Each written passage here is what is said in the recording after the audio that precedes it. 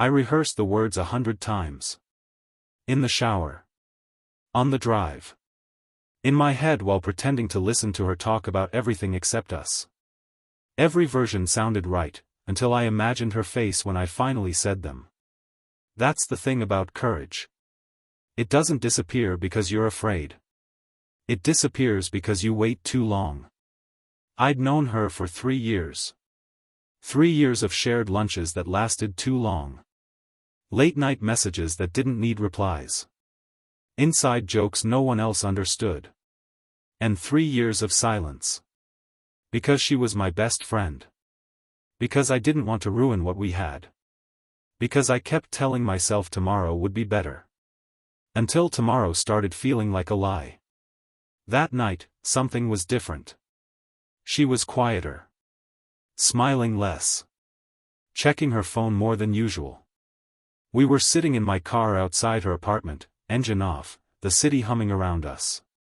One of those moments where you know it's now or never, but your body still wants to choose never. Are you okay? I asked. She nodded too quickly. Yeah. Just tired. That was my opening. I felt my heart slam against my ribs like it was trying to escape first. Hey, I said. There's something I need to tell you.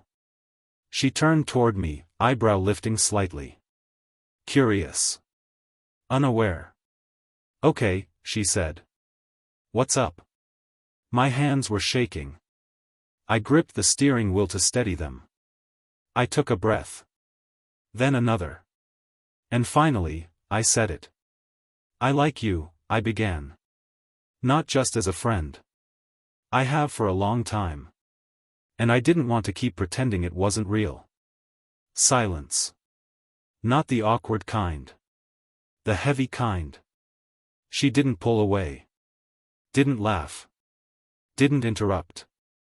She just looked at me. Longer than I expected. And then she smiled. Not surprised. Not confused. Just, sad. Why didn't you say sooner? She asked softly. The words hit harder than rejection ever could. Because I was scared, I admitted. Of losing you. She looked down at her hands. You didn't lose me. That should have been comforting. It wasn't. Because something in her tone told me I was already too late. I waited, she continued quietly. I waited for you to say it. 4 months. My chest tightened. Waited how? She looked back up at me then. And the look in her eyes told me everything was about to change. Someone else didn't, she said. The world tilted. Someone else? I echoed. She nodded once. Slowly. I went on a date last week. The words echoed in my head like a dropped glass shattering in slow motion. Anne? I asked, even though I didn't want the answer. And he asked me how I felt, she said. Out loud. Clearly. Without fear. I swallowed. So what are you saying? I asked. She hesitated. Then said the sentence that cut deepest. I'm saying I don't know what to do now. Because the worst part wasn't that I confessed. It was that I finally did. Right when timing mattered most. And as she opened the car door to leave, she paused. Turned back. And said one last thing that I wasn't ready to hear. I wish you'd said this before someone else gave me a reason to listen. She stepped out. The door closed. And I was left sitting there, realizing something painful and true. Sometimes courage doesn't fail because you didn't have it. It fails because you waited until it was no longer enough. I didn't start the car right away. I couldn't. Her door had closed, but the echo of it was still ringing in my chest, like the sound itself had decided to stay. I watched her walk toward the building, keys in hand, posture steady, too steady for someone who just cracked something open. She didn't look back. That hurt more than if she had. I drove home on autopilot, streets blurring, thoughts looping. Every moment we'd shared replayed itself with a cruel new subtitle, you should have said it here. The night stretched on, sleep refusing to come. My phone lay face up beside me, silent, accusatory. At 2:13 a.m., it finally lit up. Her name. My heart jumped, then sank, then jumped again. I'm not mad at you. That was worse than anger. I sat up, typing, deleting, typing again. I didn't want to pressure you. 3 dots appeared. Disappeared. Appeared again. I know. That's the problem. I stared at that sentence for a long time. In my head, I'd always been the careful one.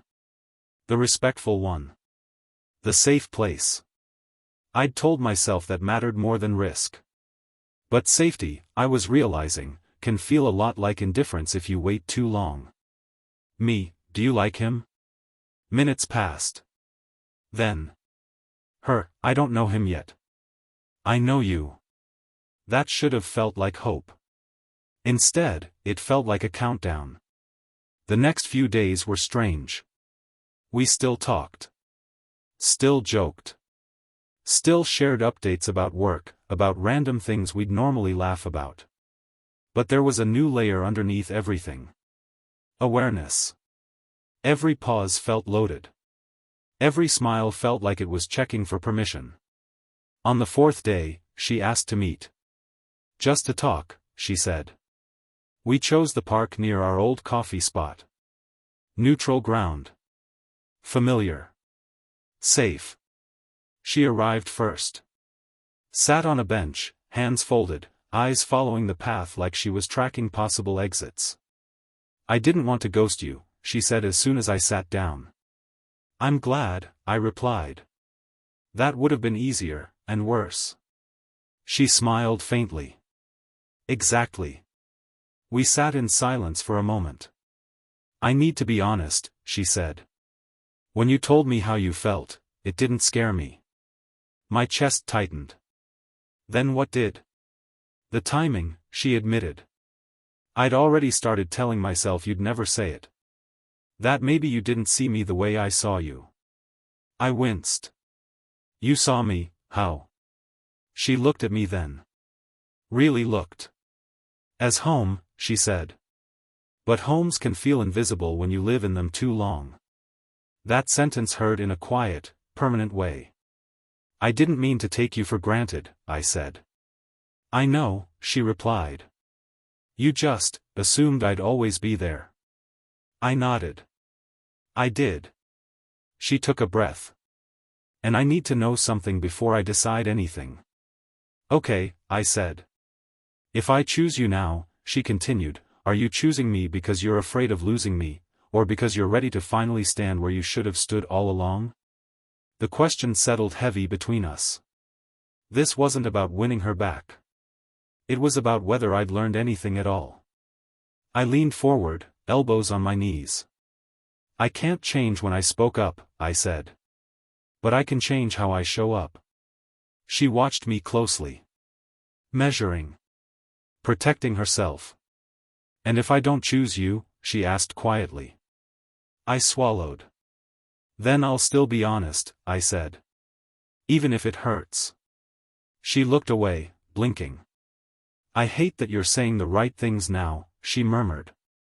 Me too, I admitted. We sat there as the sun dipped lower, shadows stretching long across the path. Finally, she stood. I need time, she said. Real time. Not pressure. Not promises. I stood too. I understand. She hesitated, then stepped closer, close enough that I could feel the warmth of her. For what it's worth, she said softly, I'm glad you finally said it. Then she walked away. This time, she did look back. Just once. And in that look, I couldn't tell if I was seeing goodbye. Or the fragile beginning of a second chance that would only exist if I proved I'd stopped waiting.